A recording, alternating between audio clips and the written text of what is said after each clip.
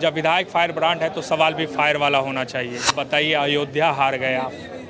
अब बताइए, अयोध्या हार गए तो ये कहा जा सकता है कि पैर के नीचे की ज़मीन खिसक गई। कह रहे थे आप लोग, तो ताल ठोके कह रहे थे 14 का 14, दहाई आंकड़ा पार नहीं कर पाए झारखंड में। बताइए, दहाई आंकड़ा कम से कम 10 ले आते सर। संविधान बदल देंगे। आप बताइए। आपके नेता बोल रहे थे घूम घूम के, हेगड़े जी बोले संविधान का कॉपी लेकर ना के इतना झूठ बोल रहा हो। आपके नेता बोले कि नहीं बोले? मान रहे हैं कि आप लोग बेहतर स्थिति में रहे। नहीं, देखिए, हेमंत सोरेन को जेल, हेमंत सोरेन का जाना आप लोग को भारी ना पड़ गया? हमारे साथ फायर ब्रांड नेता हैं, बीजेपी के फायर ब्रांड विधायक भानु प्रताप शाही। जब विधायक फायर ब्रांड है तो सवाल भी फायर वाला होना चाहिए। बताइए, अयोध्या हार गए आप। अब बताइए, अयोध्या हार गए तो ये कहा जा सकता है कि पैर के नीचे की ज़मीन खिसक गई। नहीं, देखिए, अयोध्या हारने का दुख जो है भारतीय जनता पार्टी के करोड़ों कार्यकर्ता को है। और अयोध्या हम हारे हैं, इस बात का चिंता भी सारे कार्यकर्ताओं को है। क्यों हारे हैं? सवाल ये है कि हारे क्यों हैं? इतनी जल्दबाजी में और निर्णय को सुना देना बिना वस्तु स्थिति को जाने समझे इतना दूर से बहुत उचित नहीं होगा।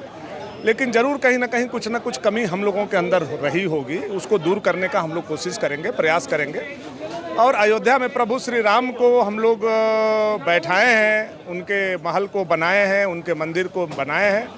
तो आने वाला समय में देखिएगा, प्रभु राम की कृपा होगी और हम लोग जब 2029 का चुनाव लड़ेंगे तो फिर फिजा बदला हुआ। लोग कह रहे हैं कि भगवान राम तो एक पत्थर को भी इतना सम्मान देते थे, लेकिन जब मंदिर निर्माण हुआ तो अयोध्या में लोगों के घरों को तोड़ा गया कॉरिडोर बनाने के लिए। प्रभु राम इससे नाराज हो गए कि गरीब का घर तोड़ के मेरा घर बना रहे हो, ये तो हमारे राम भक्त हैं, इनका घर तोड़ रहे हो। ऐसा बात नहीं है, ये विपक्ष के नहीं, ऐसे चर्चा है।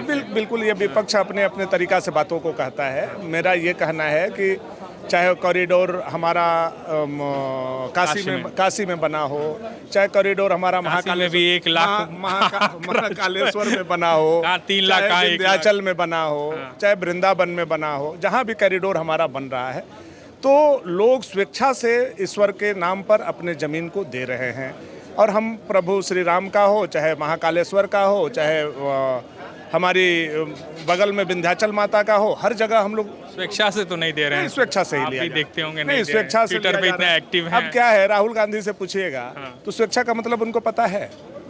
जो सोना के चम्मच लेकर के, सोना के खिलौना से खेला हो, सोना के पालना पर झूला हो, उसको क्या मतलब है कि स्वेच्छा क्या है और जनता क्यों चाहती है, भावना क्या है, सेंटिमेंट क्या होता है। तो वो लोग आते जहर जाति का बोते चले गए। आज जाति के जहर के चलते थोड़ा हम लोगों को नुकसान हुआ है। अच्छा, एक चीज़ मुझे बताइए सर कि आप कह रहे थे, आप लोग तो ताल ठोके कह रहे थे 14 का 14, दहाई आंकड़ा पार नहीं कर पाए झारखंड में। बताइए, दहाई आंकड़ा कम से कम 10 ले आते सर। नहीं, 10 तो ले आते कम से कम। आपके बातों में दम है। हम लोग 14 कहते थे और 9 पर हम लोगों को रुक जाना हम लोगों के लिए सेटबैक है। निश्चित तौर पर ये एक जिम्मेवार कार्यकर्ता होने के नाते, पार्टी के उपाध्यक्ष होने के नाते और नैतिकता के नाते भी हम लोग जिम्मेवारी इसका लेते हैं। लेकिन आप देखिए कि किस तरह से मोदी जी को रोकने के लिए कालनेमी की तरह किस तरह से विपक्ष ने षड्यंत्र किया।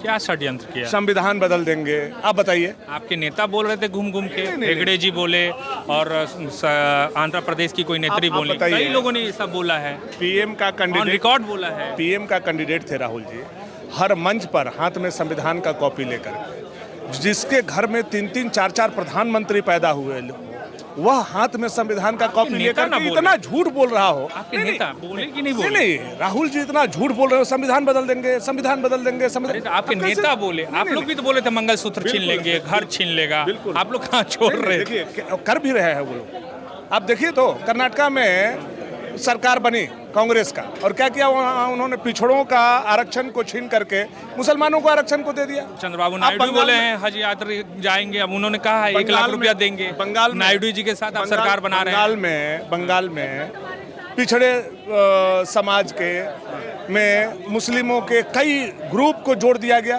कोर्ट ने उसको सेटिसाइड कर दिया। आपने देखा तो ये तुष्टीकरण की राजनीति जो है, ये इंडिया गठबंधन के लोग इसमें महारत हासिल किया। एक चीज़ मुझे बताइए, अब झारखंड की बात कर लेते हैं। थोड़ा रिजर्व सीटों पे आप लोगों का जो हाल है, पिछली बार 2019 में 28 में से 26 सीटें आपके विपक्ष में जो लोग खड़े थे वो जीते।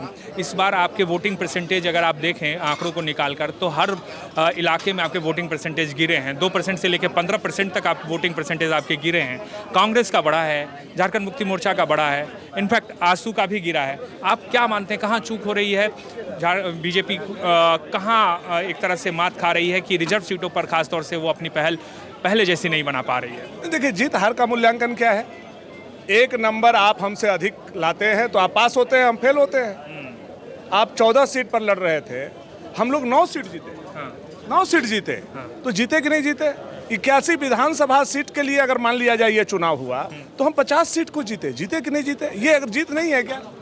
ये जीत है कि नहीं है? ये बात को समझने की जरूरत है। और विपक्ष जो है, लोकसभा भी आ रहा है, विधानसभा भी आ रहा है, उसके बाद भी ताल ठोकर के लड़ रहा है, तो ये तो हंसी के पात्र विपक्ष जो है। भी आप मान रहे हैं कि आप लोग बेहतर स्थिति में रहे? नहीं, देखिए, जाति का जहर, संविधान को बदलने का उन्माद, आरक्षण को समाप्त करने का उन्माद जो इंडिया गठबंधन ने फैलाया, उसके बावजूद इतना अच्छा परफॉर्मेंस, ये संतोषजनक है। एक चीज़ ये बताइए कि हेमंत सोरेन को जेल, हेमंत सोरेन का जाना आप लोग को भारी ना पड़ गया? आदिवासी लोगों में ये चीज़ दिल में ले लिया कि भाई ये तो गलत किया गया, आपने फंसाया उनको और बेवजह जो है उन्हें जेल जाना पड़ गया। और ये चीज़ खूंटी से लेकर दुमका तक ये चीज़ दिखाई दिया है ट्राइबल इलाकों में। इस वजह से आप तमाम जो ट्राइबल सीट है उसको लूज किया आपने। आपको आज हेमंत सोरेन जी का जेल जाना एक कारण दिखाई देता होगा। गुरुजी को कई बार जेल भेजा गया, कई बार जेल भेजा गया।